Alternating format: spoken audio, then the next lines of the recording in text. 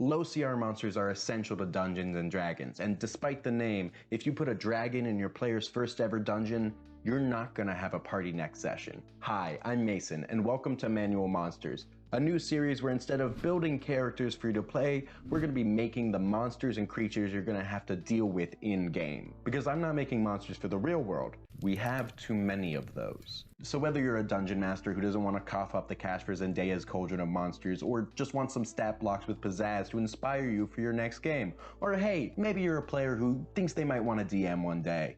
Whatever it is, you're in the right place.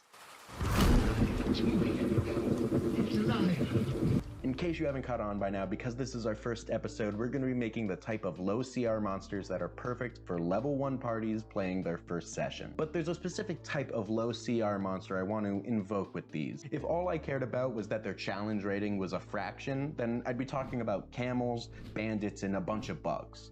I don't need to do that. They just don't fill the niche that I'm after. And sure, bandits are pretty iconic, but I'm talking about the ones like Goblins and Kobolds, and especially bullywugs, because nothing, and I mean nothing, is better than a little guy who's also a frog. I'm dead serious. I haven't seen any word or phrase online to describe this genre of monster, so I'm just gonna call them little fellas. Aside from the ones I've already mentioned, there are a handful more, but not all of them are up to the same standard, you know? So what makes a monster a little fella, and what separates the good ones from those that are less than stellar? Well, all of them are short. I guess we'll add it to our list, but is that all it takes? I mean, Zvarts are short, and look at it. Come on. That's the bottom of the barrel. That's not to say that I think they have to be pretty. In fact, really, it's the opposite. The best little fellas are the ones that are so ugly that they end up being cute. Zvarts just kept going and got uglier. It doesn't matter if the goblin's covered in blood and would happily rip out the throats of any of the characters. Your players are still gonna say, it's just I feel like I can fix them. And you know what? They're right. Because what we all want deep down is just a weird, awful little dude that we can put on our shoulders or in one of those backwards baby backpacks. So do not underestimate how much your players will love to have a horrible little mascot for the adventuring party that they can protect at all costs. But they don't have to be super cute. I love boggles, and even I can admit they're pretty gross looking. But what makes up for that is they've got some fun abilities and skills. They can ooze out a slippery oil or a sticky goo, so they can either make it a real hassle for you to get a handle on them, or they can glue themselves to the walls, ceilings, and you. And that's not even to mention that they can turn any threshold or opening into an invisible portal that'll send anyone who goes through it somewhere within 30 feet. I mean, just think of all the shenanigans that can come out of that in and out of combat. So a fun gimmick or ability definitely has to go on our checklist. But that's still only 2 things, and I'm not putting out a checklist with just 2 things on it. So what else then? Well, obviously they've only got a handful of hit points and can only do so much damage in one turn. I mean, goblins only have 7 HP and kobolds only have 5. The hardiest little fellas I think are the Vegapygmies with 9 hit points, but really it's their regeneration ability that lets them regain hit points each round that makes them extra sturdy. I'd say the most hit points I'd give a little fella is probably like 13, but that's only because I already made the stat blocks and this is all arbitrary anyway. As for the damage they can do, goblins only get 1 attack a turn and they use a d6. Kobolds only use a d4. And again, yeah, that makes sense. The wizard only has 7 HP. I'm pretty sure the little fella that can do the most damage with 1 hit is a grung, because they do an initial d4 of damage, but then force a DC 12 constitution saving throw, and on a failure, the creature takes another 2d4 poison damage. Assuming the wizard fails that save, because of course they are, that's an average of about 9 hit points each turn. Oh, someone's gonna need a cleric. So back to our checklist then. We've got 4 qualities: low stature, low hit points, low damage, and lovely to be around because of how dang cute they are. Also, they need like a fun gimmick or something, but I couldn't figure out how to start that with the word low, so didn't make the list. Sorry. But now that we've got that lovely little fella list, that means it's time to finally introduce our monsters. Our first little fella is one you might run into out in the wilderness, making homes and communities high in the canopies of the forest or burrowed underground. But you might also run into them in smaller numbers, hidden in the forgotten corners of cities and towns. Meet the Possumite. Following in the tradition of monsters that are just animals but a little more human-y, we have this little possum fella. Though, like bullywugs and kobolds, they're actually considered humanoid, so think about that the next time you add your sneak attack damage. Stats-wise, they've got decent dex and con, and everything else is nothing to write home about. Their nocturnal lifestyle means that their dark vision comes in handy when they're sneaking and thieving from commoners, though usually they're stealing from the trash. That's not to say that they won't go into a house if they see something through the window that's extra shiny though. Often Possumites will have knickknacks and other useless junk stowed away in the marsupial pouch. They also might have some copper coins and maybe something with a little bit of value.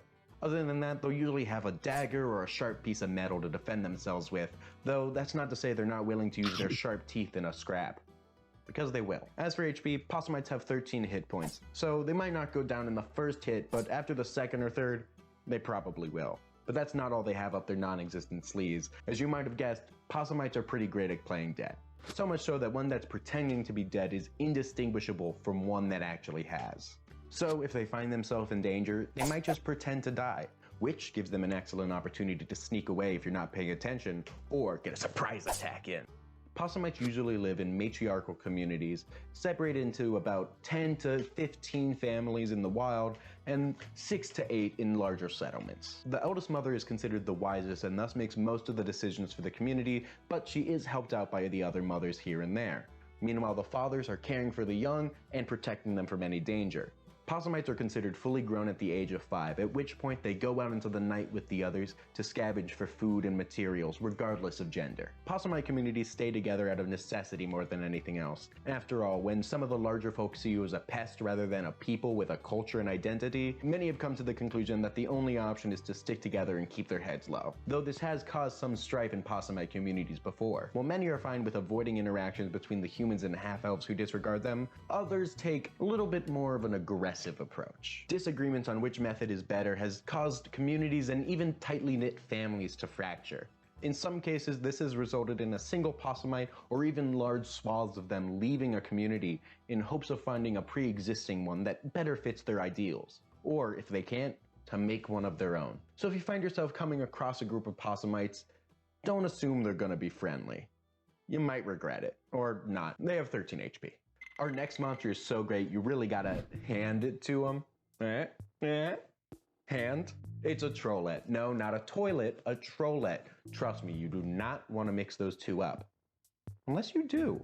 Entire trolls can make for a difficult battle for parties way above first level, especially with their regeneration ability that allows them to regain hit points and regrow any chunks of flesh that might have been lopped off, so long as they haven't taken any fire or acid damage. In some cases, when an entire leg, arm, or even head gets chopped off a troll though, they can stay active in battle. For more info on that, check out the Loathsome Limbs variant rule on page 291 of the Monster Manual, right under the troll stat block. Typically, these separated appendages become inactive once the troll either dies or is able to regrow that particular part of their body. However, sometimes the pruned portion is just a little too stubborn to let that happen, and they begin to regenerate themselves until they get all the necessary accoutrement and suddenly they have sentience and they're a trollet.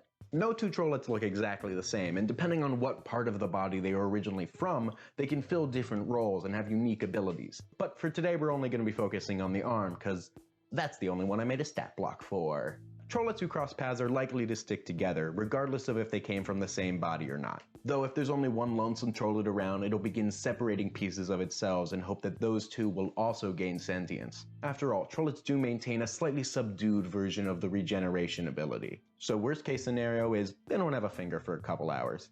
Best case scenario, they made a new friend. Trollets are resilient and adaptable, able to live anywhere that you might find a troll calling home. So that means swamps, caves, mountains, deserts, forests, Reddit, etc., etc. They also share their aggressive nature with full trolls, attacking and devouring anything they can get their hands on. But do not let their size fool you. They can still put up a pretty mean fight. They use their teeth and claws in battle with horrific savagery, and they take advantage of their surprising athleticism to grapple onto targets. Though, when they're doing this, they can't target anyone other than who they're latched onto, and only with their bite attack, as their digits are a little bit busy gripping. With decent strength and con, and a mid-dexterity, your best bet is to hit him with a spell that uses an intelligence, wisdom, or charisma saving throw. Unless it happens to have regenerated to look exactly like Timothée Chalamet, in which case, don't hit him with the charisma. Though you should make sure to also hit them with some fire or acid damage each round. Otherwise, you might learn the hard way that any part of a troll can regenerate from 0 hit points. Congregations of trollets are usually led by one that was once a severed head. There's rarely ever more than one of these in a group, because getting more than one in a room can often lead to disagreement and eventually violence. Seeing as neither have a source of fire or acid damage, these fights just tend to keep going and going and going and going and going and going. And these disputes can start over plenty of things, from one trollet receiving more than their perceived fair share to arguments over whether or not they should move to a different territory. And they don't end until everyone's either fallen asleep or died of exhaustion. Those that survived will probably wake up the next morning not entirely sure what they were fighting over. But don't worry, there is a silver lining to this needless violence. It looks like in the chaos one of them got chopped up a bunch, and now there's 5 more for the next time. Our last monster is an aberration from the far realm. Unlike trollets, you'll find them living exclusively in highly populated settlements.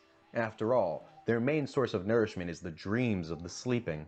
This is a dream eater, and if your first thought is, that kind of looks like that Pokemon Drowsy, you're not entirely wrong, because both of them are inspired by the same Japanese folklore creature, the Baku, also called the Dream Eater. Baku were said to have eaten the nightmares and dreams of the sleeping, and that's what these guys do. They're also based on the Sandman, sleep paralysis demons, and Svefnthorn. Which was a Nordic rune that was said to be able to put an enemy to sleep, hence the strange symbol on their chest that glows whenever they cast the sleep spell once per day. This comes in handy pretty regularly because they're not real fans of fighting. They'd much rather sort things out without resorting to violence, either trying to talk their way out of it or using a clever spell like Charm Person or Rope Trick to make an escape. That said, they can do some damage if they can't avoid a brawl, though not much. Their Psychic Siphon ability forces a Wisdom saving throw, and on a failure a creature takes 1d6 psychic damage, or half as much on a success. And if that doesn't work, they can get physical, but their punches really aren't that impressive. What's much more intriguing about Dream Eaters is the talent they're named for. With a bonus action, they're able to consume the dreams of a nearby sleeping creature. And side note, I named this ability Somnivore, and I'm just really proud of that, and I think you need to appreciate that real quick. Where was I? Dream Eaters will sneak into the homes of the resting and use their acute schnoz to keep track of their surroundings before they go in to dine on the subconscious machinations of the sleeping. And just to be clear, this doesn't take or steal the dream away from the sleeping individual like a traditional Baku would. And the sleeping creature isn't harmed at all. In fact, it's said if you're visited by a Dream Eater in the night, you'll wake up feeling particularly well rested. Rather, it just nourishes the Baku and makes them aware of the contents of the dreams they'll have for that night, as well as teaching them any language that creature knows. This trait makes them particularly useful for the less scrupulous individuals. Suspicious wizards, dubious nobles, and dastardly cult leaders will often enlist the help of a Dream Eater for this very purpose. They get asked so often, how do you sleep at night? And the answer is usually, a weird dude with a trunk helps me out. When not working for someone else or feasting away, Dream Eaters can often be found in the greasiest and grimiest parts of a city, anywhere they don't expect for a waking person to go. When they're not taking up residence in their personal pocket dimension, you can find them lounging about on rooftops, in landfills, and under docks, and plenty of places like that. They seem to prefer their time on the material plane, especially because they really like to indulge in mortal vices. So if you need some help from a Dream Eater, it might help to bring some ale to bribe them, or some cards to gamble for a favor. Just be sure not to lose, because it's never good to owe an aberration a favor. And those are our 3 little fellas for the day. You can find a link to their stat blocks in the description, so whether you end up fighting some troll bits or helping out some possum folk, I hope you have fun with them at your table. Leave a comment suggesting any monsters you think I should make next, or why don't you subscribe for more D&D content.